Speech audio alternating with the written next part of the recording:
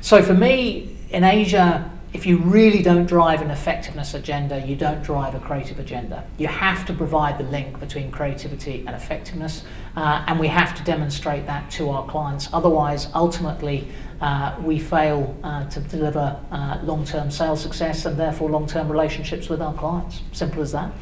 I think you've got to be demonstrating a clear and measurable link between sales effect and the original objectives, and ideally disentangling that through some form of econometrics to get to a return on investment. So trying to take out the variables to try and identify the role that the communications has played in the sales effects. I always say to our people that actually for a creative industry that is supposed to be at the vanguard of many things, we're actually quite cowardly in general, and most of the agencies behave a little bit like that, I think, and of course we know as a business it's sometimes said that we mirror our clients. I think there's a real opportunity for those who are brave at the moment to innovate and get ahead, and I think more now than ever, very, very encouragingly, there is now a direct relationship that we're now able to prove between creativity and effectiveness. Effectiveness is critical to our success at Citi in terms of the marketing plan and the budgets, and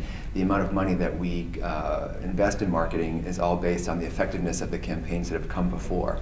So if we're not driving effectiveness in our work, then the marketing investment changes year over year or from product to product, because you can imagine that the different product groups are fighting for the same marketing budget. So they want to demonstrate effectiveness for their products, for the company, and then it will also determine how the money is redistributed the following year. If you look at effectiveness combined with creativity, category growth and brand growth together are exactly what every client wants to achieve, and it should be the example of what kind of work agencies do. It appears consistently that every time an agency gets a don't have any money brief, they somehow seem to do the most incredible work. And I think one of the challenges is, how do you take that creativity when you don't have money and bring it to life in a much bigger dimension when you do have a big budget? I shouldn't say, or perhaps I should say, is the reason for that, I think, is the default to television advertising and the ad. And when you have a big budget, you tend to default. When you have a small budget, you tend to really creatively look at what's going to work. Good creativity leads to results. I would never sort of separate it, and there can't be successful work and the creativity sucks. So I think to have that combined is important, and you can't really separate it.